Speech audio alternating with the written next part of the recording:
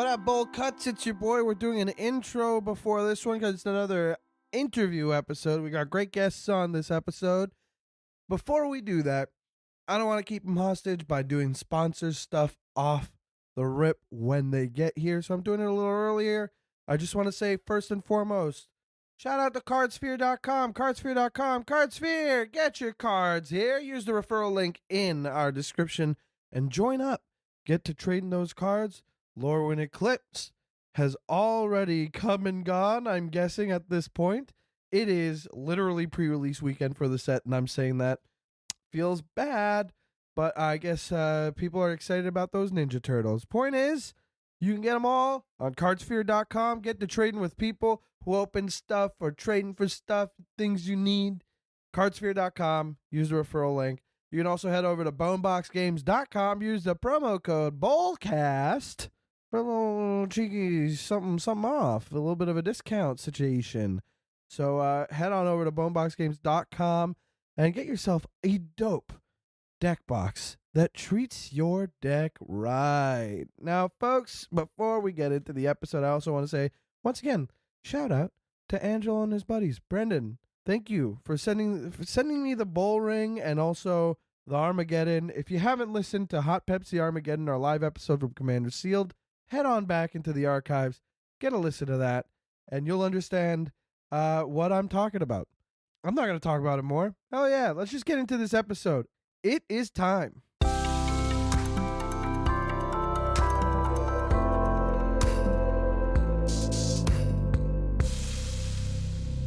You're listening to Am I the Bolcast, the only Magic the Gathering podcast that you're listening to right now. I'm your host, Mike Carrozza, and we got a fun interview episode today. We got the hosts of the Legendary Creature podcast joining me today. Hey guys, how you doing? Hey. I feel like I was dialing into like a virtual reality, lobby with that song. That's the point, baby. Welcome to the digital world. It's nonstop. There are numbers everywhere. Jeez, there's numbers at the bottom of this card. What the Sorry, Ken. I know, I swore right away. I just told you guys, try not to swear so much, and then here I am immediately. We'll keep it light. Yeah. We have to apologize to Ken. So let's introduce you boys to the folks at home. Let's go. Andy, introduce yourself first. Tell us about yourself. Yeah, I'm Andy. I'm the Andy side of the podcast. I'm less happy than the Kyle side of the podcast. I think it could be characterized as. So depends on the day, probably. True. I can be a bit of a grump. When you're carrying the content, I'm in a good mood. But if I have to do it, I just have grievances to air out. And so that other voice you heard must be the Kyle part of the podcast. Yeah, so I'm Kyle from the Legendary Creature podcast. We've been at this. What is this? This is year 9, Andy. Yeah, we're year 9 that we've been doing this. So we had no idea we'd be doing it this long. But somebody actually listens to us ostensibly. So it's at least more than one. I know for sure Cole from Heroes Blade Vibe Check listens to you guys and talks about you guys a lot. And then I started listening thanks to Cole. Cole is a gem. Cole's ours. Yeah, he's a sweetie pie. He's a real sweetie pie, and he talks about you guys all the time. He loves you guys, and I was like, I gotta get into these guys. Good. And here you are.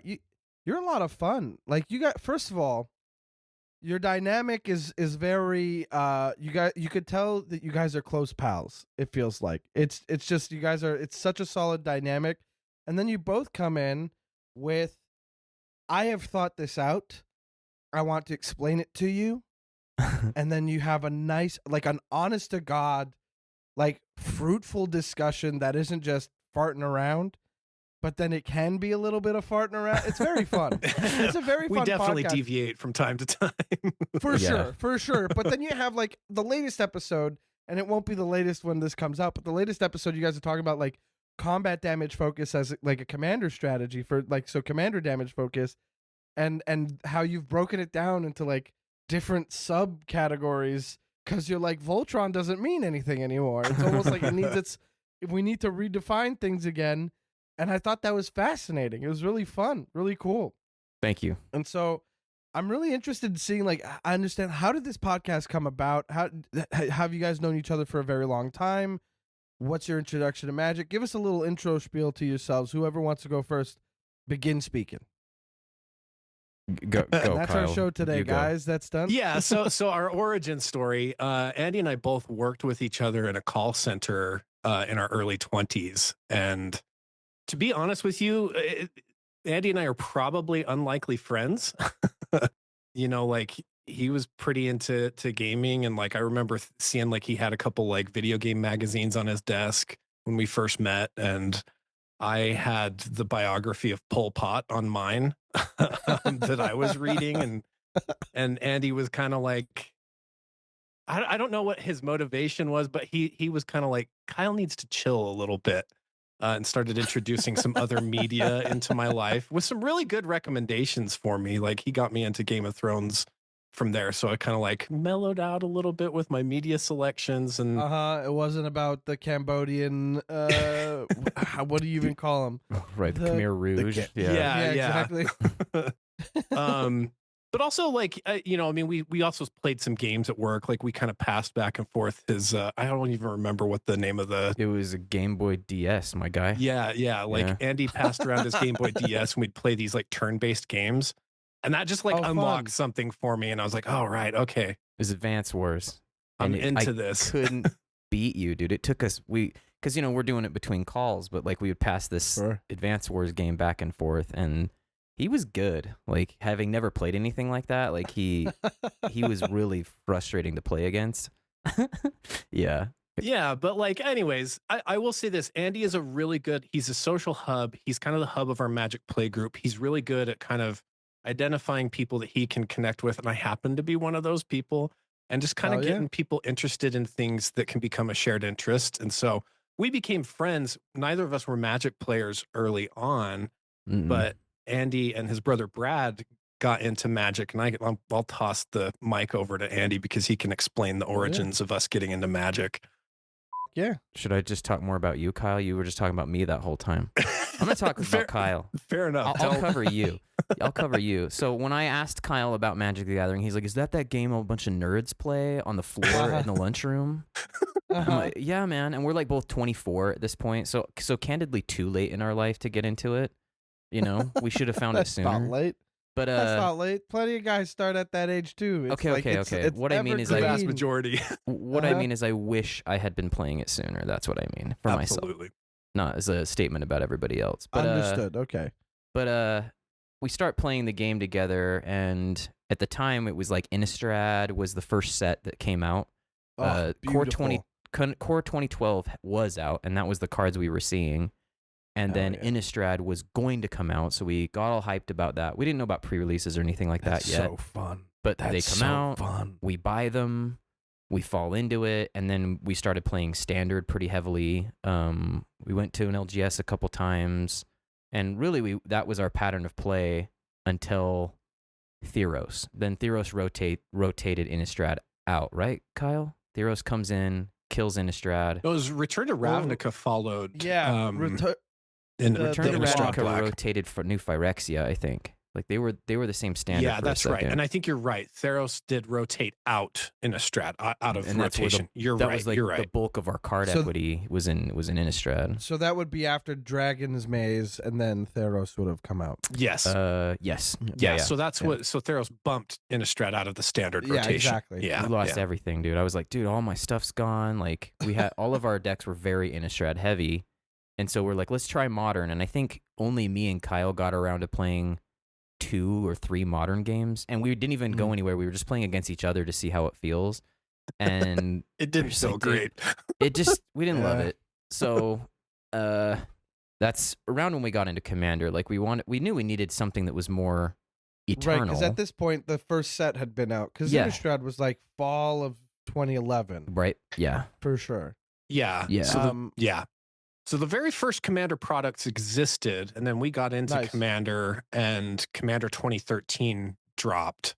So it was like they were starting to turn it into a cycle. Oh yeah. So those were among the first decks that we started to play around with. Right. Well, that's the first deck I came back to Magic with. Like I got the Evasive Maneuvers Precon. Ooh. Yeah. Which the Derevi deck. Uh-huh. Yeah. I did not play around, baby. I went for it. So that was our journey to Commander, but we played it for years. Like the 3-4 of us, we had people come and go, and then the podcast became an idea. Kyle got involved with some girls he shouldn't have. It's and true. Then he like fucked off and like went on this Sorry, crazy... Ken. Sorry, Ken. Oh, I'm sorry. Yeah. He like takes off and goes on like some road trip, like interviewing people about, what was it, bear roadkill and their couches? Like, what was the concept of the podcast? Bear roadkill, specifically bear? I mean, in a manner of speaking. Yeah, I mean, I just kind of got interested in the idea of podcasting. I had floated the idea of Andy and I doing a Magic podcast, and Andy was kind of to himself like, well, you're kind of fucking, sorry, Ken, unstable right now, Kyle. Oh, dude, I was too. There was some stuff going on. Like it was both of us for real. But yeah. So anyways, I quit my job, go tuck all my possessions in my grandma's garage, load up my car, and I start driving around the country, just looking for people to interview and kind of dabble with podcasting a little bit. And so turns out when you're just trying to find randos to interview, people who are unhoused or people who are maybe a little eccentric are the easiest people to interview. So I found people who harvested meat off of roadkill or would go dumpster diving or hang out with javelinas. Like these were the kind of people I was finding to chat with. I got back to town and Andy and I kind of readdressed, like, should we podcast? Are we stable boys now? Yeah. Are we grown-ups yet? All the chicks were gone, so we were like, let's do a podcast, and we did. Good. And then that's how we got the Legendary Creature podcast. Yeah, that's exactly That is right. it. Hell yeah. Is there like a primary conceit, would you say, to the podcast, or is it just you guys think about Magic a lot, you think about Commander a lot, specifically Legendary Creature is like a defining feature of the format? We're planting our flag in this, or has it evolved over time? What would you say, if you gave it like a log line for the listeners, is the Legendary Creature podcast right now? I think you'd be better at this than me, Kyle. Yeah. I'll just say that I think, and we've stumbled into this, like it's evolved over time, right? Like I think we just started and we're just like, let's see what happens. And speaking for myself, I aspired to become some kind of expert about EDH, but to be candid, I don't think I have the brain to be an expert. But what I think Andy and I have discovered over time is that we are good about speaking from experience and speaking about just our own individual ideas, which I think is the spirit of EDH, is just kind of exploring the things you want to do with this game with your friends. Right. And I think we can speak well to what it's like playing with your friends and exploring ideas that you have. Hell yeah. Is there a particular idea right now that's like exciting to you? Like, do you have any that like, not necessarily give us a sneak peek of like the next topic on the podcast, but what's rattling in your brain these days? What do you got going? I mean, we cover some of this sometimes. Like we'll do this. We'll like preview what we're thinking about at the end of an episode, and then I'll work it out. I'll have like a really loose document or something like that going, and then think, do I really have to do this? This actually doesn't look good. or I bend it out of shape where it doesn't really quite look that way. I don't know. Like, dude, people are getting to the reason I don't prep episodes. That is exactly. I found a format that works for me, just chatting. I know. There's no way. We trade off. Like pretty much how it goes is he'll have an idea he wants to go for, and I'll give him the mic. Like I just kind of, react content to whatever he's saying. So a lot of the time what you're hearing is one of us is completely in the dark. I mean, I have a loose idea. Which I love. We'll bounce off, but this is the first time I'm hearing how the ideas are going to be presented, and the same goes for him. So I'll just throw out a loose idea. So like the Voltron thing that we've been on a high for so long. Right. I just said, hey, I really want to revisit this. I know we've already done it a few times. And we kind of talk like, is this a good fit for what we've already done? Because our backlog is getting to the point where we have to be careful about not stepping on too much stuff that we've done. But it kind of evolves I from can there, relate and then to he that for just kind of sure. hears it the first time. So you can kind of hear him like over the course of those episodes adopting what I'm talking about eventually, where at first he's like, okay, yeah, that's nice. Which is very fun. Yeah. I appreciate that in the podcast because, like, there's a couple episodes where you talk about the commander damage strategy stuff, and then this last episode bringing it up, it was actually more Kyle leading you in the news sections. Mhm. Like, you know, you're talking like Kyle's the one that brought up the aspirant, and then brought up like a feeling about like this is a great word for this. Like you've done a good job because of it's fun to see you guys trade off and the excitement that you have for each other's topics. It's a good time.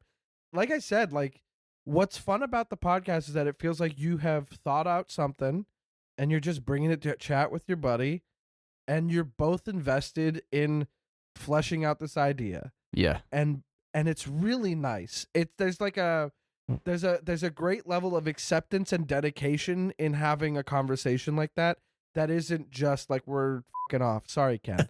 It's the idea of like, no, I'm coming in here. I want to flesh out. Okay, so I'm all about the duelist right now, but like there's something about the warlord that isn't working. Maybe we break it off into two separate sections. You know what I mean? Mhm. Like, I think that it's very fun to listen to. This is a really good podcast you have on your hands, and I recommend it to anybody out there looking for another podcast to add to the rotation. Get into them. Jeez, Shout thank out you. to Cole. Yeah, thanks, man. Thank you. Yeah, we're each other's students. I think like there's stuff that Kyle gets really hairy with, and I get on my own thing. Like I learn a lot from just his communication style and how the podcast wouldn't have happened without him. Like all of our technical skills is something that he dug out of the ground. Like the way we edit, the software that we use, like the process, the equipment, like all of that is Kyle, and I'm just his apprentice in those things. So it's been a really fun thing for me and him to hook a friendship to. Like candidly, I think like it's probably I don't know where we'd be without it. Like he's kind of straddled between two states. Like a lot of his family is in Arizona, and while I'm up here in Utah, like I don't know like if we'd be as close as we are without the podcast. So it means a lot to us, and that's probably why we're so serious. Like we're just so serious. Yeah, like Yeah, me I and mean, him, it has to do good, or be something that we're proud of doing, and it means a lot to me. You guys just reminded me of something I have to get done, which is in the theme of your podcast, which is like, just this is going to be a spoiler at some point, but like I'm writing a guide for EDH Rec on how to run graveyard decks and graveyard strategies. Yes, dude. And so I've got to do it like Reanimator and Aristocrats. That's my style. That's my thing. Mm-hmm. But the idea of further sub theming is very attractive, and I think that's just. I'm gonna make a quick note here before losing it. Are you gonna put a segment in with like, how are you gonna protect yourself when somebody nukes your yard? It's gotta be in there because that's a dangerous place to be. It's gotta be. Because I'm coming for that yard, baby. I mean, you. First of all, one, you better. I'd be offended if you didn't. But second of all, I am going to kill you. You know what I mean? Like I can't let that keep happening. Yeah, no but kidding. It's definitely gonna be like. Man, my friend got my ass so good last year. There was a moment where I was just so excitedly describing a new deck to him. Being like, I'm so pumped about this deck. This commander does everything I want it to do. It does this, which means I can run this, this, and this, and then also this. And he was like, yeah, man, I get it. It's like the same thing you do every time. And I'm like, hold on. Got his ass, dude. What do you mean? Sorry, Ken. He was ass is fine. We won't censor ass. We're good. But he was just like, yeah, you love a sacrifice. You love a graveyard. Every deck you play is black. I get it. If your turns aren't as long as they can be, then go nuts. And I'm like, I'm gonna fight you. And so I definitely was like, don't come in here and reduce my experience to one zone, friend. Don't do that. Yeah. I could be well rounded, and so I took a look at my decks and I was like, oh man, he nailed it for like a solid half of these bad boys. I've been caught in the open. A lot of like these that. are really up there. You know, this is like a weird thing about the commander player journey, right? Like we all have these. Oh, yeah. I feel like a lot of us, we get in this period of time where we identify with playing a certain way, like we make it our identity, and then we start getting into this space of like, well, I'm not going to pin myself down to that. But then we lose sight of the fact that we still are kind of stuck in like one or two identities with how we play, and our friends have to tell us like, hey, you do the same fucking thing. Sorry, Ken. Every goddamn time you play. Like when they walk in, we go, here's your Kyle card, and it's Bane of Progress with our new players. Right. What is this? Why would I want to blow up all my own? Trust me, you're going to want this. Trust you're gonna me. need a Bane of Progress. You're going to want this. Okay? You're going to need this. Kyle will necessitate it. Yeah. I can't blame you. Enchantments are the best kind of permanent there are. Sorry, Ken, love them. Yeah. How could you not? They're exactly what you want from the game, which is something that hangs around and changes the rules.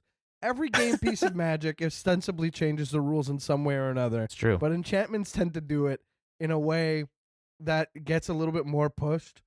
You know, I really like enchantments, and that's why creatures have gotten so good, is that they've been designing creatures more like enchantments lately. But that's enough of that for now. True story. My favorite ones are the ones that when they die, they come back as enchantments. Oh, no. Oh, yeah. the Enduring Cycle. That was so fun. Do you have a Miracle Lord of Bones deck? I don't, but I you gotta. Yeah. Now you got it. I brewed a list for that, and I was like, I can't be the one to do this. What time did you Bane of Progress with Kyle? That's the question now. I'm just making a note of that real quick here, and that's done. Perfect. Honestly, if you did Merkle, Kyle, that'd be so annoying because they exile out of the yard. So I'm sitting here with all this grave hate and just looking at you going, it doesn't even do anything. It's still an enchantment, isn't it? Bane of Progress. I brought the wrong though. card. Yeah, the Bane will still grab it, depending on where we're at. The number of times that we've been playing and Andy's kind of like, Kyle, I need you to cast your farewell. I hate farewell so much. It's come up on this podcast. Mainly because it does everything and then it also hits the graveyard. Stop it. It's There's no need. There's no need. I've been Make on the it an most austere command. I know. Yeah. I've been on because you can shape your game around an austere command. Like there's a version of the deck where you're not out all the way with the austere command because you can go high and low with the mana. So you're like, well, I've got this like weenies control list. So Right. I'm very likely only to choose the high option plus the greater of the permanents I control the least or whatever. But farewell, Which is so it just feels fun, like though. It adds to the deck building experience. You're picking Exactly. the perfect Yeah. board wipe for your deck. That's awesome. Yeah, I love that. Like I love like the board wipe to fit the deck. But Absolutely. farewell. Yeah, I've been on the side of some really bad farewells for sure. I have. Oh yeah. Yeah. Oh yeah. I haven't seen one in a minute, which is great because I think that my playgroup has decided against it. Let's get on spell table. I'll hit you up. I'll hook you up. We'll play on spell table, and I will need to relocate to the next room for a bit when that happens. I'll just need a ramp second. into farewell, and there's no reason to. You just There's cast no it. No graveyards, no permanents that can go away. You just burning it on turn. Was that so bad? 3? Was that so bad? I'd still be mad. It'd be a little insulting. You just shut off your camera. You're out. Farewell, literally. I don't smoke cigarettes. I'm out there hawking a dart on the balcony, yelling at a neighbor. Just, can you believe this? This fucking guy pulls out a goddamn farewell. There's nothing on the goddamn. There's no board. What do you mean? Yeah, trash is next week. No, they rotate every other week.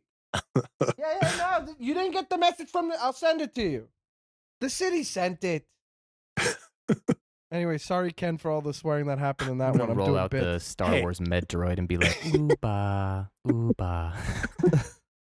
Wish I got that reference. I do not know that one. What is it? What's this Metroid? The Metroid from Star Wars, where the two twins are born and they're like freaking out, crying, and the robot comes up and like tries to soothe them, and it's like ooba, ooba, like calming them down. The idea of a robot. Kyle knows. Ooba. Yeah, It's very sweet. No, and it's got very like this sweet. jelly tummy that it like presses the baby up against to calm them down because they were born during Revenge of the Sith. Man, I haven't watched any of those. Right? That's not the first 3, right? It's in the prequels. It's in the prequel. Okay, yeah. The So that's prequel. the yeah. Okay. Ooba. Well, Good. So now when you see it, you'll laugh. You'll crack up. There it is. It took me years to come around. I watched Game of Thrones for the first time last year. Boy. No, 2 years ago. I watched Lord of the Rings for the first time a couple months ago. God, you're worse than Kyle, dude. Holy crap. I've seen the Saw franchise 18 times. Look, it's not about fantasy. Okay, It's what just is more it? like it's just, it doesn't tickle my fancy. You know what I mean? It's Star Wars. It didn't hit me. Game of Thrones, I was just like, I'm off it. Somebody was like, you should try it again. And I was like, who cares? There's more Saw Why coming did they next give year. you that advice after it was done? After how it ended, yeah. Oh, no. It's my girlfriend started rewatching it again a couple years ago. And I just was like, Rewatching it. but she was like, look, I'm not going to finish it. And I was like, well, I mean, if you're starting it, you better finish it. She was I like, love that, dude. We're only going to watch it and just not finish it. Only a That's chick could do that. Truly Only the a way to chick could do consume that, it, dude. right? Just be like, well, I'm Only a just going to chick could do imagine that. it was good when it finished. she's also like of the mind of like, she enjoyed Stranger Things up until this last season and was just kind of like, I'm choosing to like it even if it's bad. Please stop telling me it's bad. I just need to like a thing right now. I don't like it. I hate it, but I like it. I'm enjoying the show. It's bad. like that's Plot holes suck. that's what I It's bad. admire about chicks. They can do that. The whole thing's ruined to me and Kyle. The whole because it's a good show. There's huge pieces of that show Really good show. that are amazing, but the whole thing is just like, it's how guys are. It's how guys are. We're making a sweeping statement. I think it's I can dip out easy. If I don't like a thing, I'm done with it. Look, I don't want. Look, I'm under contract to not really talk about what I'm talking about, so we can move on. I'll tell you what I mean in 2027. Okay. All right. Let's see you. You gotta listen to the Legendary Creature podcast to find out at the turn of the year. At the turn of if we make it that far, yeah. Right. We'll see. Dude, if we made it a whole year. I believe in Wow. you guys. Dude, we'll buy a cake. Yes. I don't know what we'll do with the cake, but I'll have balloons sent to you guys. I believe in you. Cole and I will send you something fun from across the border. There's people taking then- bets in our Discord. They're like over and under on our last date. I think Cole's under. He doesn't think we're gonna make it. I'm pretty No, sure. I don't think Which you're is gonna make fair. it either. I don't really think you're gonna make it. I just want to be encouraging. All right. Now this is very cryptic, and I'm not gonna get into it on the podcast. You guys can listen to Thank the you. Legendary Creature podcast at the beginning of 2026. You'll understand. Get it? But before we move on to your story or your pet peeve in Magic, I want to ask, where can people find you and where would you like them to turn their attention to? Besides, of course, Legendary Creature Podcast on any of your podcast providers like Spotify, Apple Podcasts, Overcast, anything like that. You can find the Legendary Creature Pod. Let's start with Kyle. Where would people find you? I mean, Andy and I both are notoriously not on social media. So if you want to access us, good luck. Yeah. But truthfully, do go find the Legendary Creature podcast on any platform that's streaming podcasts. If you like what we do, we have, I think, a pretty good Discord group through our Patreon. So There it look for is. Legendary Creature EDH on Patreon. Come join our Discord. We do a lot of audience participation type stuff in our content. So for example, with Lorwyn Eclipse coming up, all of our reviews of the legends and cards that people are thinking about for the other 99 are all done Outsourced. by our listeners. Andy and I just read and say This is something I enjoyed. silly. The last set review you guys did. I thought this was so fun and so clever. I thought this was so sweet that you guys had your takes on them. You gave them after the audience. Your audience got to talk about it. It was very nice. I mean, honestly, with the volume of legends and just cards that Wizards of It's the a Coast lot. makes, Yeah, it's it's a lot. like I said, I aspired to be an expert on this format. I just don't think I have the capacity to be that. And so letting other people share their thoughts, it enlightens me. I'll throw my thoughts out there. They're probably wrong, but we're all playing this game. Healthy attitude, buddy. I like it. Love it. Andy equally off socials, but Correct. Legendary Creature Pod EDH. So wait, it's Legendary Creature EDH.patreon.com? Yeah, if you go to Patreon, it's Legendary Creature EDH there. So Perfect. So make sure you check out the Discord. Be a patron. I'm gonna sign up actually. That's fun.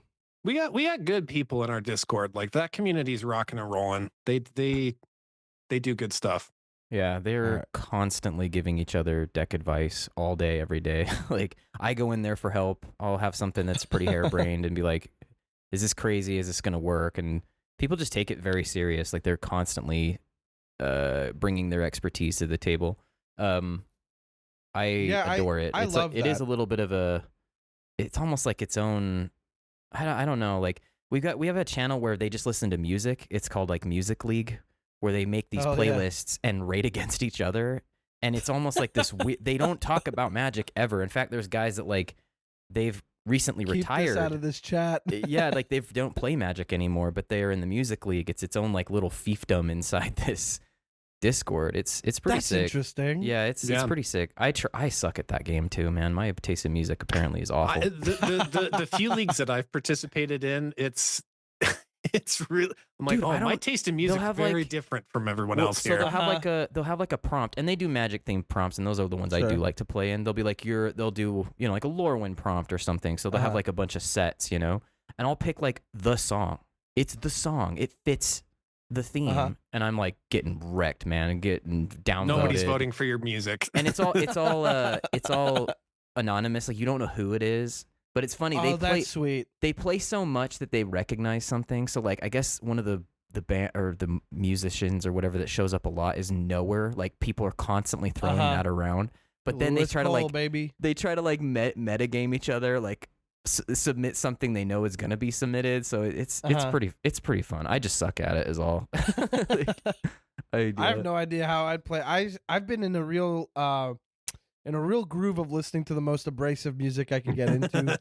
It's just been I've been into some like grindcore. I'm talking the Great Get in Redneck there and wreck Hope. some playlists. Yeah, just Dog, I will jump in and throw in a Callous Cowboy song and nobody knows what to do with it. I love that. Who is this guy doing this to our playlists? And you'll never know until this drops. I used to have a podcast called Bummer Boys. It was spelled like it was a straight edge, like X Bummer, X Boys, X. And we straight would, edge. Well, that's my a deep co-host cut. and I. Oh yeah, baby! It's still out there. It's resurging. It's crazy. Is Not it? straight edge I at all. believe but it. I actually know it. a couple guys here in Utah that they are. Yeah, like in they're our still 30s. Kyle? Yeah, Edge, dog. yeah. Straight edge in your 30s. Yeah. Oh, dog. Yeah, it's big. Whoa. It's silly. The podcast was we'd have guests on, and it was my co-host and I. We'd all pick a song that made us sad that week, and we'd all have to listen to it before the show, and then we'd discuss our tracks and why it made us sad. And I like this idea. Honestly, the only reason that it's not going still is because my co-host is like, I just can't do the Zoom thing anymore. I moved back to Montreal. He's still in Toronto. He's like, I just can't keep it. Let's just go out on 69. And we were both like, and that was it. We just thought that was enough. But Dang, shout out to my boy Alex Kalenko. We had plenty of bands come on too, and they were just like, I picked this song. You're like, your band is all about the harshest noise I could think of. Yes. You're gonna pick this country tune from like the 60s. They're weird that like that. No one's heard of. They're It's weird like awesome. that. Yeah. It's the best. I do miss that podcast, but I digress. It's time to chat about Magic the Gathering. Yeah. And I do have like a fun question for after we do the story or the pet peeve, if it gets a little like a bit of a bummer, because some people are just like, I hate this, and I'm like, I agree. Where do we go from here?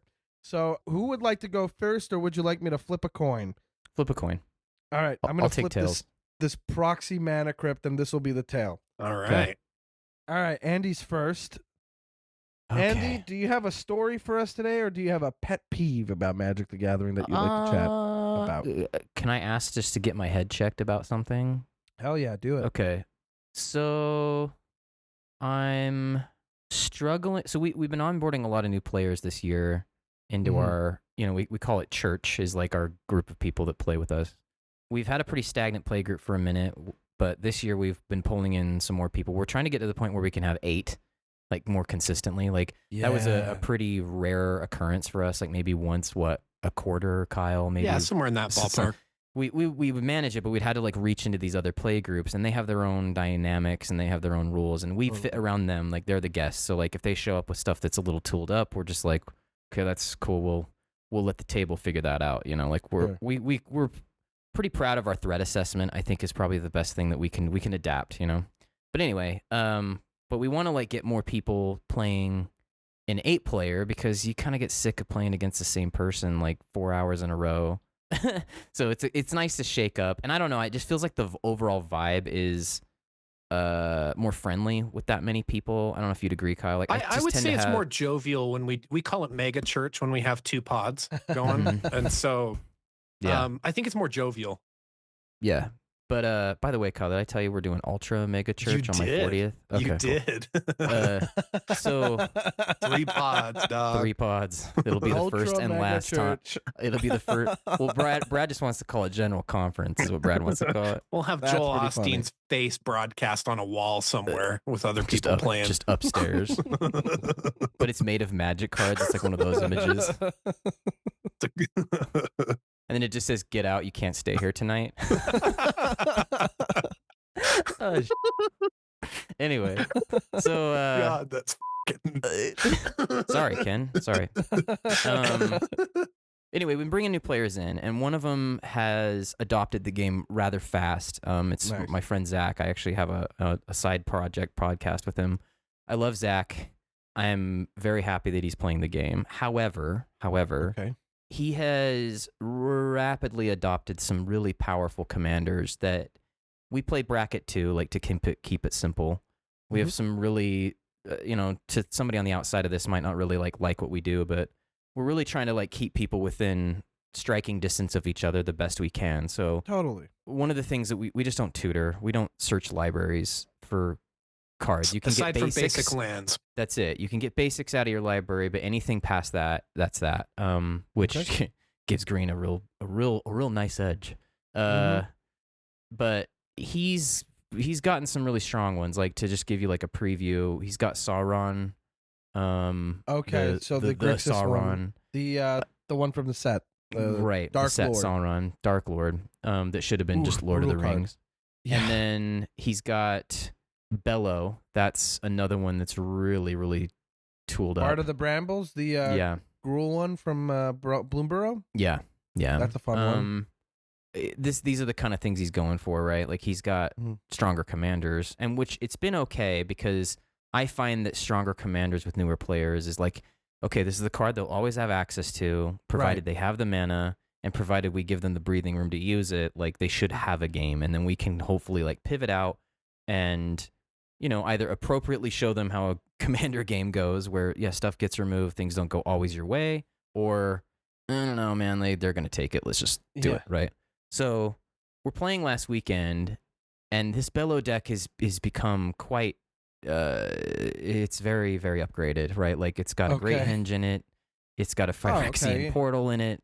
It's got it's getting there. Like it's probably more expensive than a good chunk of my decks that I have sleeved currently, and I'm working him. Like this is the one thing that I've noticed Bellow just kind of lacks is blockers. It can't block like ever. Really? Right, because the enchantments the enchantments wake up, they turn into 4/4s temporarily, and then they fold back. So like really short of the raccoon itself, which you're not going to block with that, I'm able just to keep working your life total. Right. And the enchantment's got to be 4 or greater, right? So like he spends early turns developing not a defense. Like he just doesn't have a defense. It's a really good Gruul strategy, and I'm okay with that. But like the price you pay is your life total needs to come down. So I'm working him bad. And I'm using like Zur the schemer, the guy who like he wakes up enchantments and makes some creatures. And, Nice.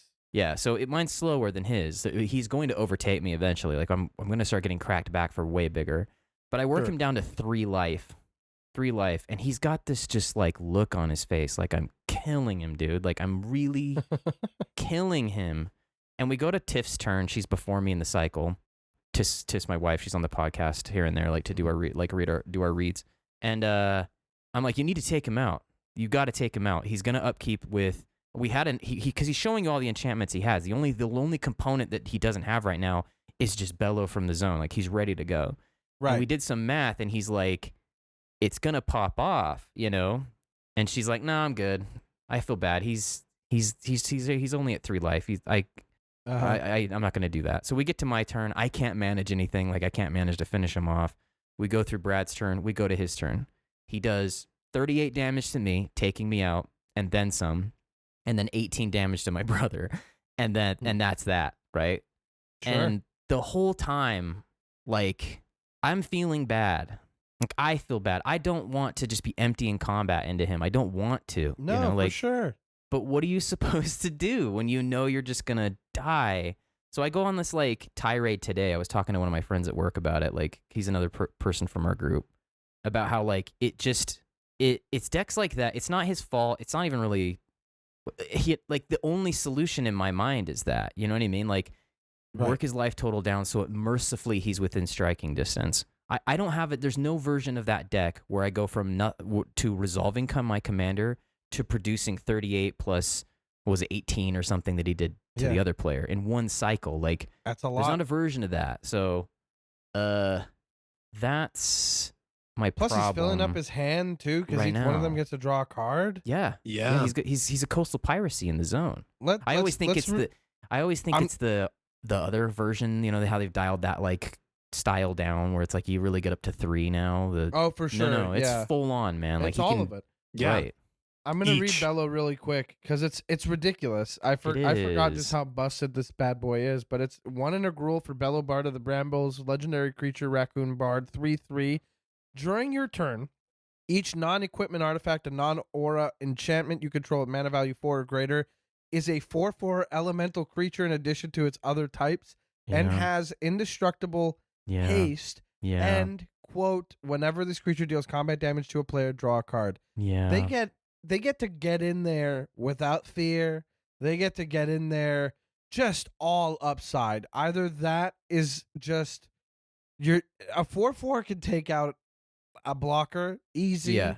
It's got indestructible, so there's no reason not to send it in. Yeah. It's 4/4 is big enough. It's a brutal card. He had enough mana to resolve the portal to Phyrexia, clearing my blockers, because I'm not like impotent. I'm not gonna like just whatever, but I didn't have enough to bring him to nothing.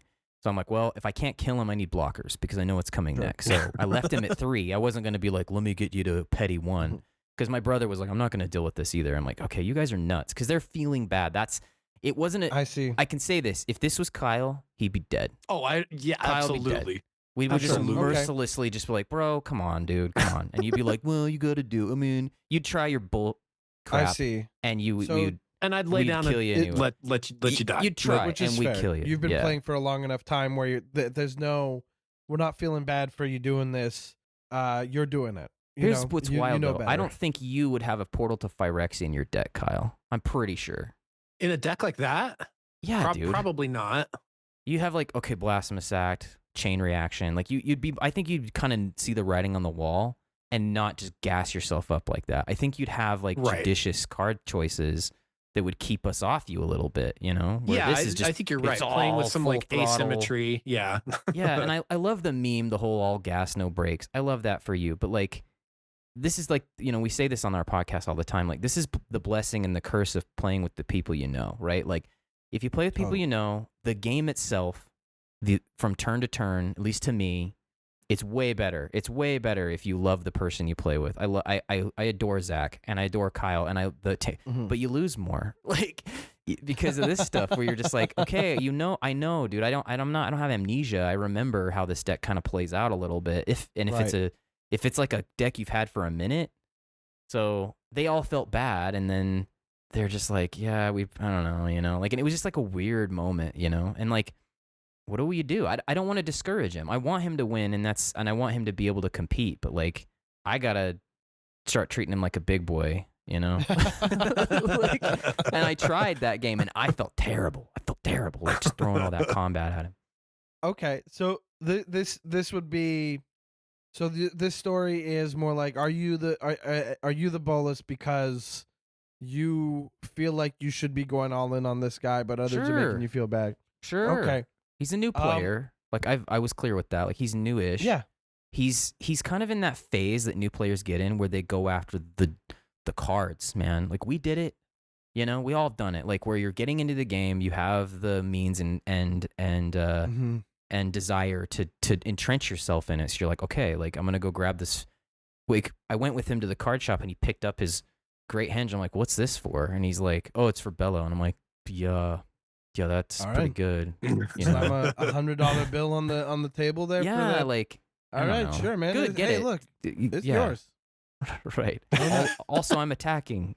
Also, I'm attacking in the parking lot. Also, I'm Yeah. attacking. Zach, I'm attacking, dude. You just smack it out of his hand. There's like a little part of it that's like a 3/3 raccoon is what's letting this happen. Yeah, I know, man. You know, Yeah. there's an argument to be made for like spot removal. There's an argument to be made for like this whole thing is a glass cannon.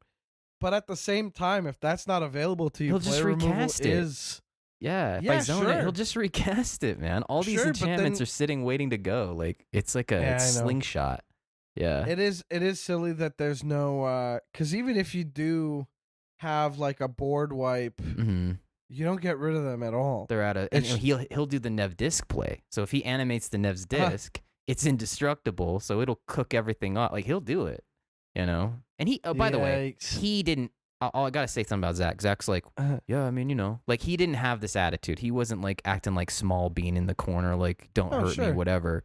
It's the other two experienced players and this guy who we all feel bad about working him when we know better. You know, like I when mean, we that's know the better. thing is like when it's delicate because he's a new player, and I guess this pod hasn't come together before often. mm-mm. Yeah, I don't know, man. I think I'm with you. If I think it's a little silly that nobody else saw it, and you're like, hey, this game doesn't go anywhere without getting rid of Zach from the table, because otherwise he just takes it. He's gonna wreck us. You know, like it's a like it bug. We're just gonna Yeah, get just squished. crushed. And when he threw It's- that 18 at my brother, he's like, "Whoa, I'm taking 18." Oh, that was the your bro- excess. He had more than enough to push me off the table. Like he knew 18. because I'm the one being vocal about it. So he's not gonna Uh-huh. go. Well, how about I just don't attack you instead of you taking me out? Because I just didn't have that leverage on him. He's actually pretty Sure. good at like knowing when he's got the leverage and doesn't, which I love that about him. But he still had excess damage to put on Brad, dude. Like he tore Brad down from like the 30s and put him into like the teens. Yeah, Crazy. with the That's a lot. That's a lot of heat to be I know, packing the to Bello's not nuts. expect to Bello's be taken nuts. down. I think if we're looking at the board, Is he the top dog Gruul commander now? I actually think dude, he is. He's gotta be. Let me pull this up here. I'm gonna open up. I don't think an this is a. I think this is a. It's not a super useful measurement, but yes, Yep. he is. By And not even- 7,000. And dear listeners, not even by a little bit. Okay, this dude is brand new. We as So a community recent. have been around for so long, and look at this dude. He's completely taken over. And Gruul players are 20,000 decks. fanatics. All these people that have not Bello, they love their not Bello deck. They're 100%. fanatics, and it still doesn't matter that he still overtakes them all on the list. 100%. This commander, 20,000 decks. The next commander, the second highest Gruul commander, Tovalar, Dire Overlord, the Werewolf commander. He's like 5 years old or something. Something like that. Yeah, But 13,000 decks. Followed Yep. by CDH All-Star Itali Primal Conqueror, and then you've got Kibo. Wolverine down there in the 5th place, Kibo in the 4th. yeah. You know, you've got look, Gruul is just they're just not my colors at all, huh? It's the future, I'm looking dude. at all these. I can't care. I can't. It's not for me. But man, is it wild? I had no idea Bello was this popular. This is kind of wild. But you're not even surprised though, right? No, Like, I looking at can't. what he Like, how does. could I? Like, Yeah. there's. The only thing is, like, I'm looking at this and I'm going, oh, okay. I would have thought Itali would have been first because I hear about it so much All more the time. Yeah. Yeah, and then I would have thought that Who starts a game with this Itali in the zone? I ask you. Seriously, I what are know. we what are we supposed to Andy would do? Kill me. What are we if I had supposed to that in the do? zone. What do you want us to do? Seriously, do you want us Se- to bake you a casserole, like while you get to your mana? Like we can't do that for you. We cannot. It's Is there every anything else we ritual can help you with? available. No kidding. It's the most CDH Gruul commander. Like, it has to be. Yeah, Um, you're right. Meanwhile, I'm looking at Roxanne Starfall Savant like, hey, maybe there's something there. That is There's a that meteor is shower. Hell yeah. Yeah. It's Titan That's effect. a fun. It's a Titan. It's a nightmare to play against in limited. And then whenever you tap an artifact token for mana, add 1 mana of any type that artifact token produced. But no one cares. There's 20,000 bellows out there. 20,000 bellows. No one and agrees. No one agrees. 8,500 She is awesome. Roxannes. Yeah, she is Yeah, awesome. we have a guy in our group that's done Roxanne, and it's a fun deck. It rips too. It's rips. Yeah. It's got things you can hook to. Like Bellow, it's always just gonna be. Maybe you can do vehicles. I don't know. Maybe you can be that guy and be like, hey, they're only rooms. But when it comes on, and then you like reload your hand. I don't know. When he made it, I was like, that's that's great. And then he starts playing, and I'm like, man, this commander is strong. And then we get Portal to Phyrexia in there with time to spare. Yeah, it was a rough moment. I felt weird because I was just going against my instincts to like, I think I passed him on a few combats before I ran out and got like stuff removed, but the other two were like, well, he's at 3. I mean, that doesn't mean he's dead. We're dead. Dana Roach from the EDH cast always says the only life that matters is the one life that you have to kill the rest of the table. Yeah, 1 is not 0. You can be at 1. Yeah. You could play Phyrexian Unlife and be at -3. It does not matter. You might still have action to kill the table. And the everyone idea will that clap. this guy's just at 3, that means nothing. Yeah. 0. You feel it. I'm with you. I think you should have taken him out. I think it would have been fine if you did. Yeah. Not the villain, not the Bolus. I kind of have this like theory that's coming to my mind that I feel like. No, Kyle, I'm absolved of sin. No theories. You are. No, I'm not unabsolving you. I'm not restaining you with your sin. Okay. But I think new players go through this like, through this adolescence, where you're gonna have some leg aches. You're gonna have some growing pains because you're growing into the format where, I think Zach is in this natural phase, right? Like I remember a while.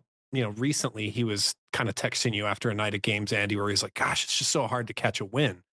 Right. And he's trying to figure out how to catch a win. And this is true. And the solution that he's come up with is banger cards with banger commanders. Portal to Phyrexia, Kyle.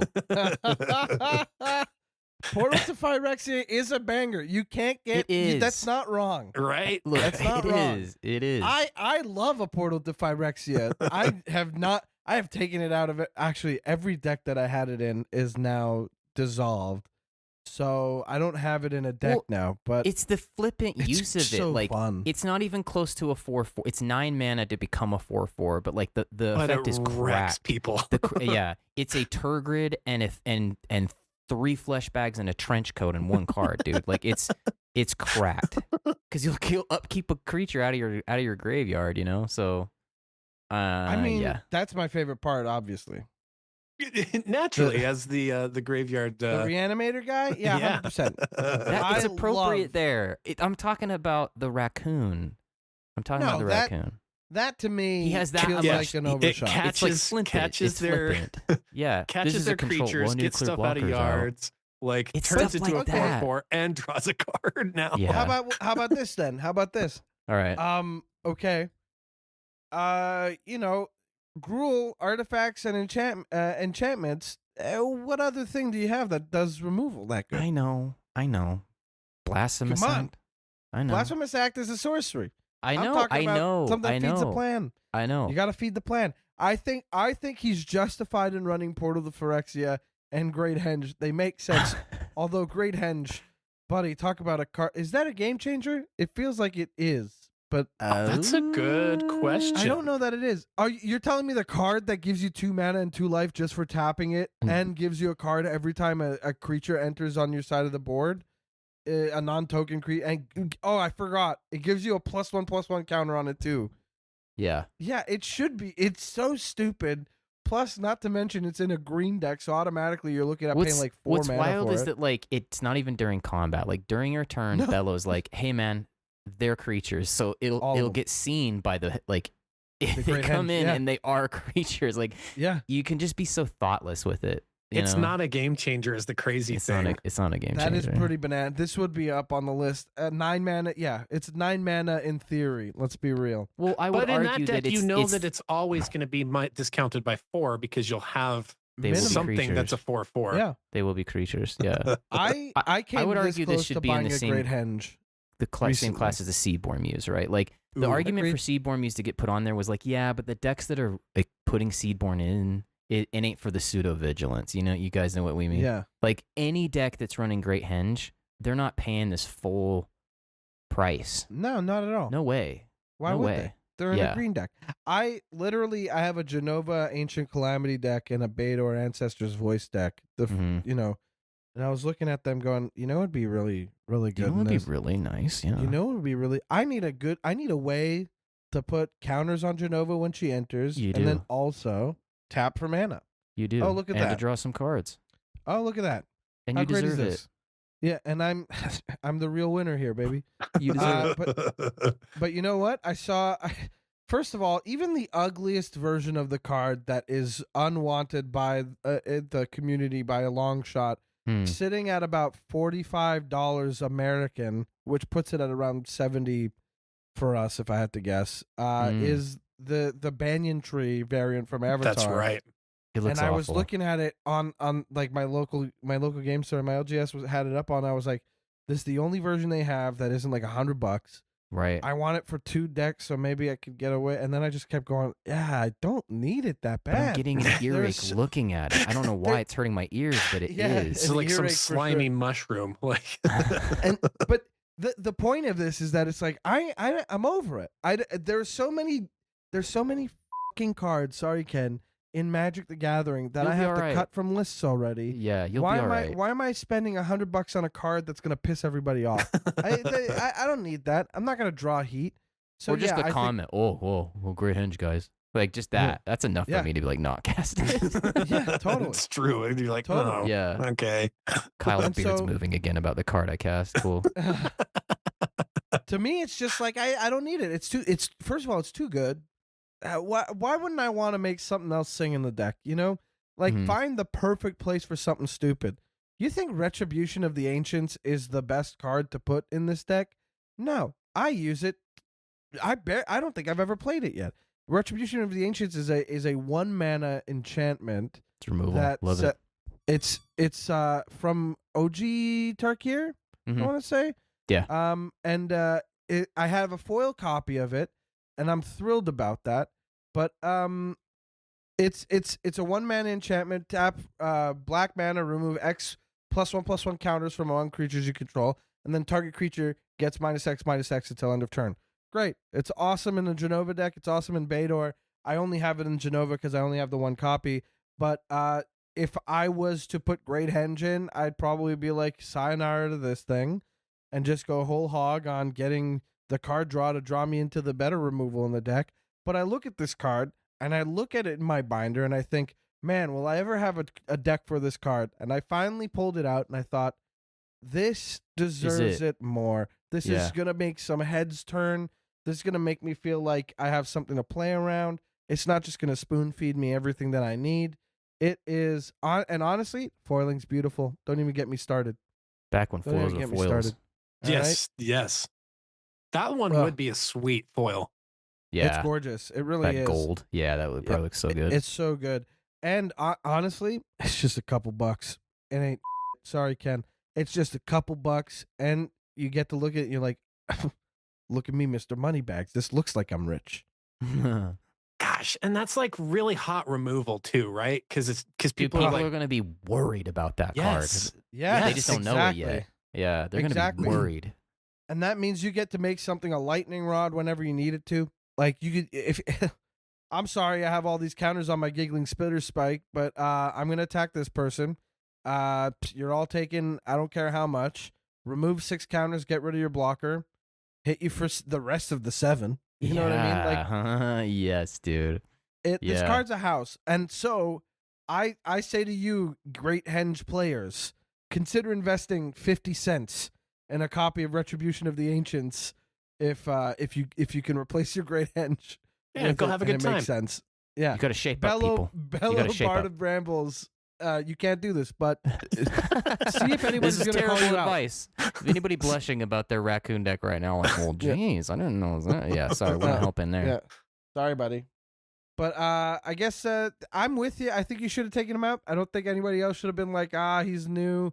I think at a certain point, if you're, was this at Mega Church? Was this at? No, it was just the 4. Yeah. Okay, so 4 people. I mean, like, it makes more sense. If it was like, hey, we're gonna rotate the pods and everybody's gonna have another game against everybody or whatever, then I think You'll be all the right. rotating around, it's like there's less. You don't have to look that guy in the face at the next immediate game after. Yeah. Most likely, and also this is the right removal. The stuff's got indestructible. Creature's probably got Greaves on it. What are you gonna do? You know what I mean? Mm-hmm. Kill the player, kill the board. That's it. I don't think you're the bolus. I think your threat assessment is on point. Kyle, Yeah. do you Thanks. got one for us? I do. I'm trying to think. So Do I need to leave so you can tell this story the way you need to tell it? It's Okay. not going to hurt your feelings. right. You'll commiserate with me. Well, I don't know. Oh, boy. I am the bad guy in this Dude, are we story. about to talk about my brother? No, don't Absolutely do that. not. Absolutely not. Okay, Oh. okay, No, okay, no, okay. no. Sorry, This- Brad. this- Earmuffs. This involves a guy that doesn't play with us anymore. I'm trying to remember if I told this story on Howling Salt Mine or not, but I think I'm better prepared to tell it this time. So years ago, I had on my roster a couple different decks were kind of like, I don't know, I was a little bit on a Kindred kick. We had a Okay. listener that had a Sylvian Korvath deck idea that I really liked, where, you know, the if you Dragons and recall Knights those, one? they partner with it. It's one of those partner with. So it's a knight that says dragons get double strike and a dragon that says knights get flying, right? Mhm. Yeah, the Um, Battle Bond duo. yeah, Bolus yeah. Battle And Bond. so the whole concept of the deck was to just get really cheap tokens into play and then tutor the mirror entity into play and turn all your Ooh, cards Damn. into dragons and knights, so they get okay. all of the above. Perfectly Flying double reasonable. strike. Yeah, sure. And I had a bunch of the like because mirror entity is a changeling, I had a bunch of the like weird little specific kindred tutors in the deck to go get the mirror entity. There I were a see few what other you're saying. changelings, so they weren't wasted if I got other tutors, right? Fair. So like I had that deck going on, which it was kind of one of those like lightning in a bottle type things. Like if people could cut me off before I got to my moment, you know, I couldn't get You it. get that. But if Sure. I got my moment, everybody was dead type of a thing. Hmm. I also Okay. had Unesh Cryosphinx Sovereign on my roster at the time, which is like, Nash. Oh, the Sphinx. yeah, the Sphinx. So it gives Okay. minus all your Sphinxes cost 2 less, and then whenever your Sphinxes enter, you kind of do like a little A mini factor fiction Yeah, type thing. That's That a was great a very card. pure deck. The purity on that deck was so high. Yeah, that's and so it fun. had a Yeah, it was had a good. pretty good win rate too. That was probably one of my better win rate decks that I've ever had. Factor fiction, even if it's reduced, is still a banger. Yeah, Mhm. and I to you know, paint myself in the correct light. I think this was the period of time when I had cards like Possessed Portal in the deck. So Oh, is this the Uh, Uba Mask fit for this? yeah, I so like love the Uba Mask. You dirty dog. so I'm not telling a story about those, but this just paints you a little picture of who I was at the time a little bit, Yeah. where Yeah, like I'm capping people's draw. People can't draw. right. With Possessed Portal, people start like losing stuff if they can't Sacrifice discard and stuff. cards. Sure. Such a commander adolescent. Right, exactly. Hey, look, Mean I'm going to be real Sorry, with you. Ken. I'm looking at. Thank you for apologizing. I am going to say, I'm looking at Possessed Portal, and I'm like, it'd be fun to play against this. I want to see what I can It's do. a fun problem to solve, but if you can't solve it, it's not a good time. Oh, sure. So I had these two decks that were kind of like, I felt like I had them humming pretty well. I had them where I wanted them. And we had this guy in our play group. It was right around the time when I think Magic was just like, your commander was really taking off for everybody. And so a lot of things were starting to get solved. And I think a lot of people were solving the kindred type decks. Oh, I know where yeah. we're going. And Alright, so- okay. There was a guy in our group that picked up the first sliver and made Yeah, a yeah, kindred yeah. kindred deck with the first sliver. So if you're not familiar with that, it's kind of like, you know, I mean, you're getting Cascade off of all your sliver spells, but you're making it so that you're using stuff like the mirror entity to turn all of your other stuff into also slivers and also sphinxes and also dragons knights and also dragons knights, yeah. and also warriors, because Najila was in that deck, if I recall. He did have damn. Najila, yeah. And I Maskwood Nexus wasn't out yet, so it wasn't quite that bad. Oh, interesting. It can be, it's worse now with the Maskwood Nexus being out, but I don't think the Maskwood Nexus was out yet. I would have thought that Modern Horizons had come out before, after Kaldheim. If I might be wrong about that, but I'm pretty sure that's the case. I might be wrong. So somebody can fact check me. I'm curious enough to look at. I'm going to fact check us right now. I'm curious enough about this to say. Let's see, Modern Horizons. But he had stuff like Atla Palani in there as well. So he's making these eggs, but the eggs are now slivers that are turned. Like all the stuff is. It was wild. It was a pretty crazy deck, and it infuriated me. Kaldheim came out 2 years later. Okay. I thought that was the case, but I wasn't. I mean, yeah, I'm shocked. I'm going to be real. I'm shocked. Let's fact check, right? It's done. It's done. That's awesome. I loathe the existence of this deck because he did have in it Unesh. He did have in it Sylvia. He did have in it Korvath. Yeah, Krenko. I was playing Pashalik Mons, and he had more goblins in front of me than I did. He was taking everybody's stuff. We had somebody in the group that had an Atla Palani deck, and he had Atla Palani in the deck. And so everybody's good stuff that he was doing all went into this deck, and everybody else seemed to figure out how to have an okay attitude about its existence. Except for you. Could not fathom it. Get your own thing. Yeah, Andy and I lived together at the time, and I remember just having this conversation in the kitchen with Andy. I'm like, I was going insane about it. I'm like, yeah, Andy. I tried to end the conversation and go to bed, and he followed me into my room. He's like, we're not done talking. We got to figure this out, Andy. And I shut the door, and he's like knocking on it, like, Andy, we got to keep talking about this kindred, Yeah. It's all right, man. I gotta get up early tomorrow. Sorry, Ken. Yeah, it's crazy. Yeah, it really stirred you, dude. That one. It triggered me. So like this is where I'm the bolus here with this. Is I was trying to stir up behind the scenes, foment. Like we cannot let him play. We can't let him get any footing. Were you with this deck. texting anybody about it too? Were you texting Cam? I'm trying to remember because texting... it was long enough ago that I was intent that it was such a problem, and I was offended. Discord. I was offended Discord. Yeah, that he had taken stuff from other people's decks and made it better.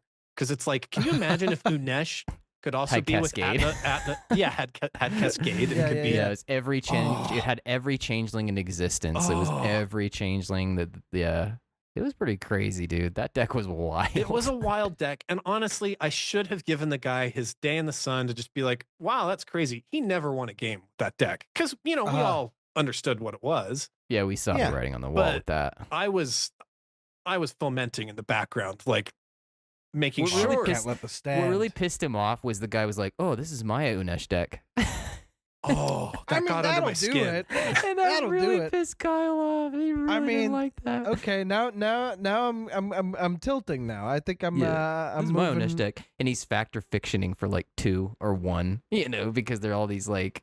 One mana. My Unesh deck was pure. I wasn't using changelings with that one. It was only sphinxes, which you can get a lot of those triggers off of Unesh using changelings. Good idea to play that way. My deck wasn't doing that. And so, he drove me nuts. I will say, calling it his Unesh deck, did he do that with the Atla Palani person? He did. He's like, this is my Atla Palani deck. I mean, okay. So, look. Yeah. You're antagonizing the group. You're showing off. Come on now. Yeah. You know what you're doing. You know what you're doing. Krenko deck. I don't have a Krenko deck. Where's your Pashalik Mons? Like, he couldn't do it to me. That's probably why I don't have the attitude that the rest of the guys did. Where's your Pashalik Mons? Pashalik Mons is my favorite versus Krenko. Don't even. Yeah, you can have Krenko. Who cares? Pash is my baby, but you're over here like stewing over Unesh. Yeah, dog. I don't know if this story's done, but I got opinions. Tell me your opinions, because I legit, the thing I think that got most under my skin was that his quote unquote Unesh deck was better than my Unesh deck because he had triggers available to him that I didn't have. Right. But I think what's getting under your skin is that it was called his Unesh deck, Yeah. and not necessarily that it was an Unesh deck. 5C. Because let's be real, if he hadn't said that, and he was just like, "I'm doing the kindred thing," we're going kindred all the way through, everything, and he wasn't like, "This is my Atla Palani deck." Huh? How about that? This is my Unesh deck. What do you think of that? Hey, somebody call a Krenko player. I want to talk to him real quick. Right. It's antagonistic in that way, and it's also there's high salt levels here because he's antagonizing you clearly. What a troll! He knew. What a troll! He knew. Yeah, absolutely. He did. He knew. Also, the pick. First of all, when I hear the kindred deck strategy, it's usually like Dragon. Dragon in the command zone is what I see often, and it's been popularized more. I think in my experience, it's been popularized by Tomer from MTG Goldfish, who's been talking about this for a very long time. Yeah, I would say that if I had to guess, the kindred, the typo, that deck, it's been figured out. It's been extra figured out lately. Yeah. To the point where you can like shuffle in different lords and deal with it as you want. There's just like. It's the same thing with sliver decks where you can shuffle out 40 of them however you want and figure it out. No kidding. Absolutely. And you could also shuffle 6 of them to be the deck head because there's 5 color slivers galore, There's too It's many, way- and it's there's kinda more crazy. coming. There's going to be more. Which one's my favorite? The Grave Mother, obviously. So it's just the fact that you're picking a sliver to lead the deck, not only a sliver, but arguably one of the most powerful slivers ever printed, that then turns everything else into a sliver, gaining the benefits of slivers and sphinxes and crank. Like all of this, it's very high salt. It's very much going to piss somebody off, especially the tip of the hand here is coming to you and being like, "Oh, you're playing your Unesh deck? Well, hold on. Let me dig into the box here and find I love my Unesh deck. This is my Unesh deck. I think I'm going to play that today. Oh, wait. You're playing your Atla Palani deck? Hold on a second. I think I have my Atla Palani." He's like Dwight Schrute being like a warrior, naming a bunch of a salesman, a warrior, a farmer, all walk into a restaurant and say, "A table," and the hostess says, "Table for one?" How is this possible? It's like, oh, shut up. Go sit down. It's true though. Yeah, I know exactly. There's a vibe emanating from this guy through the story that I'm not the biggest fan of, and I'd be like, "Look, man, you gotta chill with that." It's not like a conversation that needs to be had more than once, because if it does need to be had more than once, this is somebody who does not respect you, and I don't care for that. Like if you tell somebody that something's grinding your gears and like really upsetting you, and they don't respect that, then that's not somebody who's gonna take your feelings into account on anything, and that's not somebody that you really want to play with anymore. Anyway. Yeah. Anyways, I don't typically, everybody gets reactive playing this game. That's probably one that just outside the game, usually I can settle down, but that one, just the mere, I remember when Andy pushed the right button. Andy sent me the deck list before we even sat at the table, and I was just like, that was the beginning. I was like, what is he doing? What is he thinking? Oh, okay. I remember this. So this is like oddly a turf thing. This is a real button pusher for you. Yeah. Because to me, like, to add some context, we kind of have this gentleman's agreement in our play group of, like if you have a commander, none of the other regulars in the group also can have that commander. Right. It just kind of keeps it a little more fresh for experience for people. Like, you don't have to play against my Derevi deck and then I put it away and Andy gets his Derevi deck out, right? Like, yeah, like the person caught between those two. It's like how many Derevi decks are they playing tonight or whatever? Yeah. Right. So like, we kind of have a gentleman's agreement with that. It gets harder the more people there are, and then if you have people with how many legends they keep churning out, we're fine. Yeah, dude. I mean, there's so many legends now. That's a great point. There are so many legends to choose from. The thing is, we've been playing Commander long enough to remember that there was a standout legend in a set that everybody built, and now that time is gone. Like if we look at, because it's pre-release dude, weekend. Dude, I dare you to look at Final Fantasy for 2 seconds. You'll forget. You're like, this one's crazy. It just keeps. It's been out for forever, and it keeps giving more legends somehow. Did you forget the scene boxes also? I'm sorry, scene boxes are a thing that we have to. focus on too and figure out, yeah, okay, all right, Yeah. I'll take We'll be it. okay. You know, We worried that wasn't sustainable for a while. Sure. You know. And But now, dude, but the thing not is, anymore. it's like it's fair. It's fair. It's obviously when pre-con commanders come out, you're gonna end up with some that are more popular than others. You'll see them more often, especially if you've got a couple people in the pod who are like, I want a pre-con. This pre-con's sick. I'm in the habit of upgrading it. That was me for years. Yeah. But like, if you look at, let's just take a look at the Lorwyn Eclipsed legendary creatures from the set proper, not even the commander decks, because in the commander decks there's 4. I think. No, there's 18. There's 16. There's 16. That's right, because Oko, Yeah. Go Oko, back to Ajani, Mornsong Aria, and Chronicle of Victory are legendary, but not creatures. They're not eligible to be your commander. So there's 16 in the set proper, and that rounds us out to 20 with the commander printed ones. And I'm telling you, like, every single one of these has such a specific identity. There are so many of them. They are all very powerful and interesting. You're bound to see a couple of these out in the wild, but you is there only really need a 4 standout? for a whole group? Yeah. Yeah. You could have each of us could build 2 from this set, and that's only 8 out of 20 that we would be using Exactly. if we all took 2. So it's That's a like, different era. and we coordinate it. I mean, like Chris was asking me today about Doran. He's like, "Isn't that Kyle's kid's middle name or whatever? Like, should I stay off that?" And I'm like, "You can ask. You'll have to talk to him. He's got the B-Tor thing. I'm happy with where I'm at, so he should jump on it.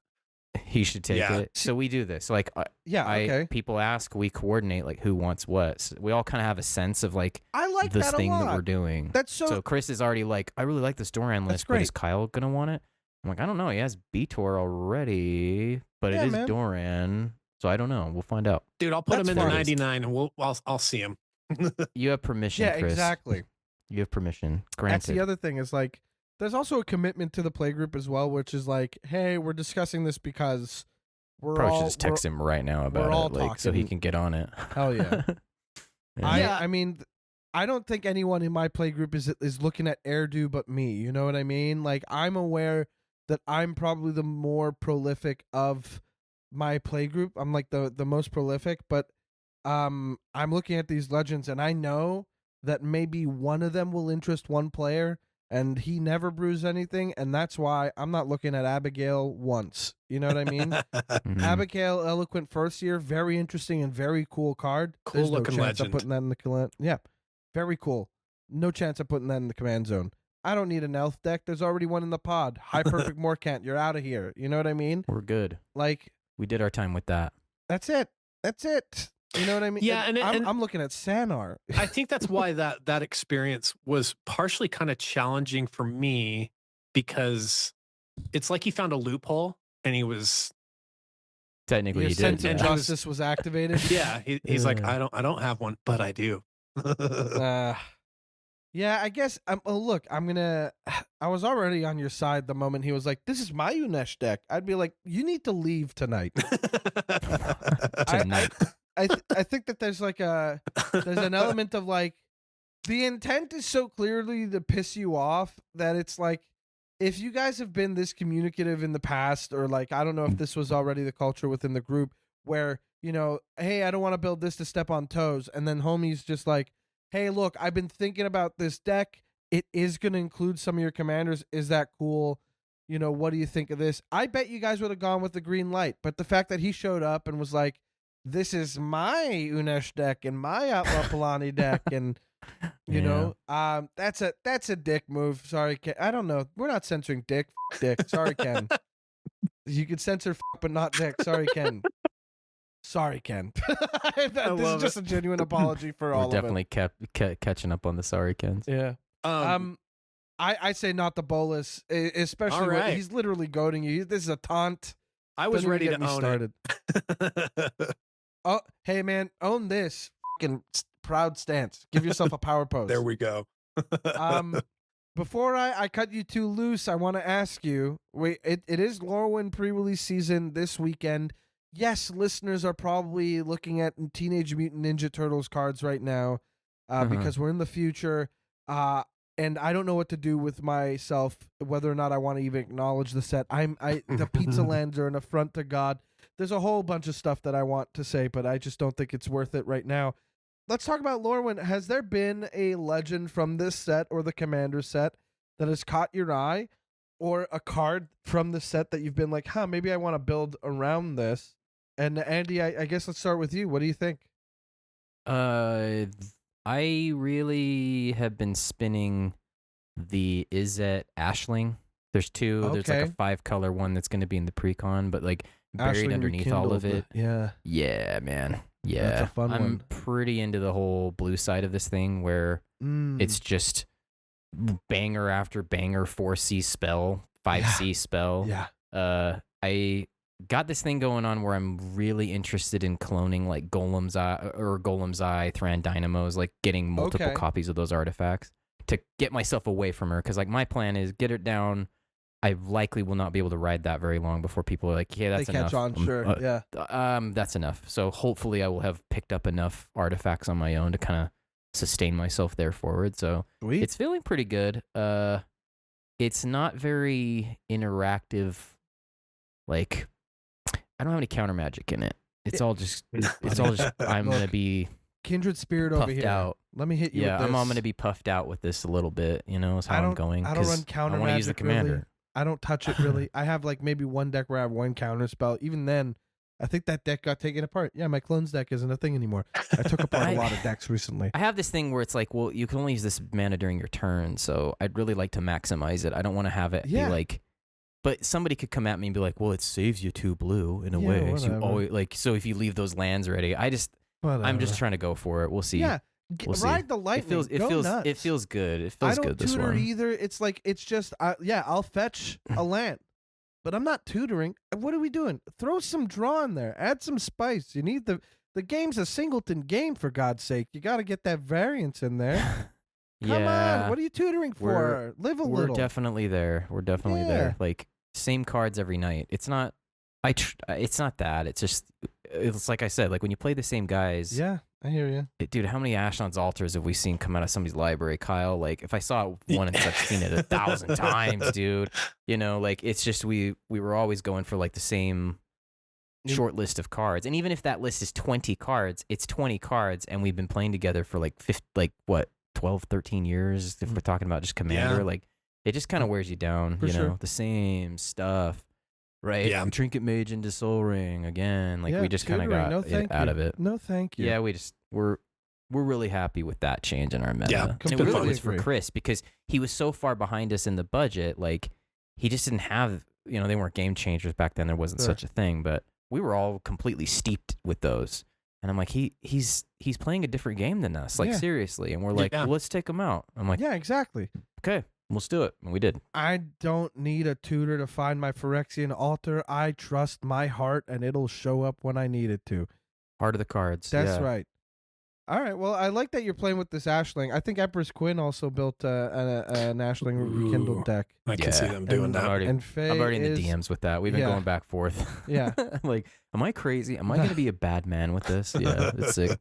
The answer is yes, but that's not a bad thing.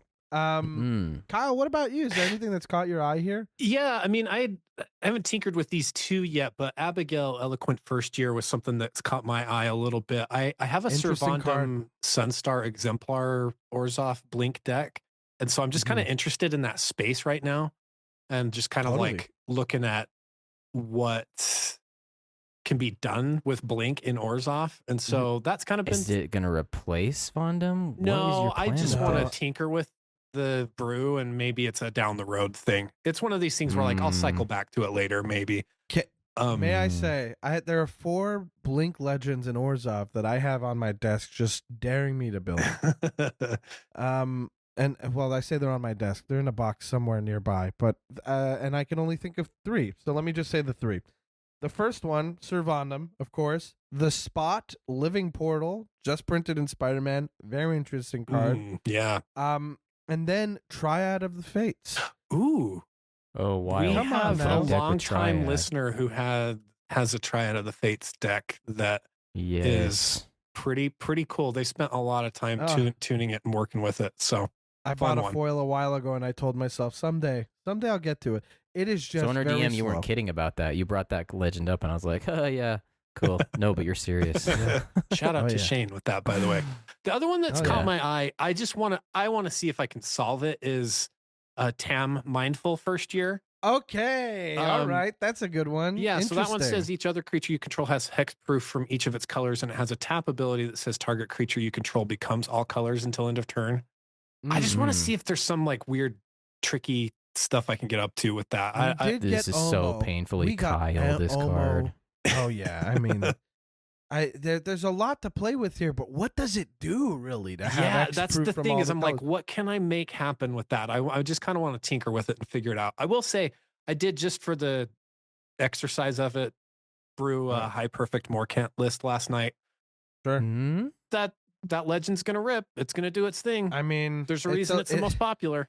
a Golgari elf that does a lot more than just elf. All right. Right. Yeah, sure. Sure. All right. It's good. It's good. Yeah, it's gonna be a banger for sure. I'll say I mentioned Airdo Carrier of Dawn, big one for me. I've talked about it This before on the looks cool. podcast. I've Yeah, this also looks cool. by the time this is up, you'll have seen my article on Sanar Innovative First Year, which I've dubbed Less Offensive Prosper. People are going to call me crazy. I've play tested this deck enough. I actually just took apart my Prosper deck because nobody ever wants to play against it. And a lot of the cards in that deck are going in this one. I think Sanar is going It to feels good. It's That a lot of must fun. feel good. I like It's a lot that. of That fun. vivid trigger's cool. It's very cool. Plus, you got to make sure you have a good set of sleeves. Yeah. You're shuffling so much. So you better hope that's nobody's got a Wan Shi Tong librarian out. And Ooh. but the final one that I could talk about Bree of Clown Star Arm all day, but I think Lewin Imperfect Naturalist. Lewin looks so Yeah. sick, dude. I don't Yeah. like green, but I've been building a lot more green lately just because I'm forcing myself out of some. So, hey, Eric, you. Sorry, Ken. Not every deck does the same thing. But Lewin Imperfect Naturalist, it's Worm Harvest in the command Yes. zone. Yes, dude, And- you're the king of worms, dude. Yes. And it's got a mill trigger on ETB that you get to select a land or a creature to put back on top. Like, come on. It's 2 mana. It's hybrid. That's the other one on my bottom too, man. It looks Yeah. so good.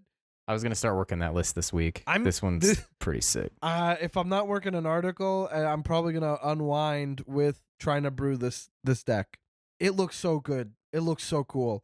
This set has a lot of really cool stuff going for it, and I can't wait. I'm really pumped about it.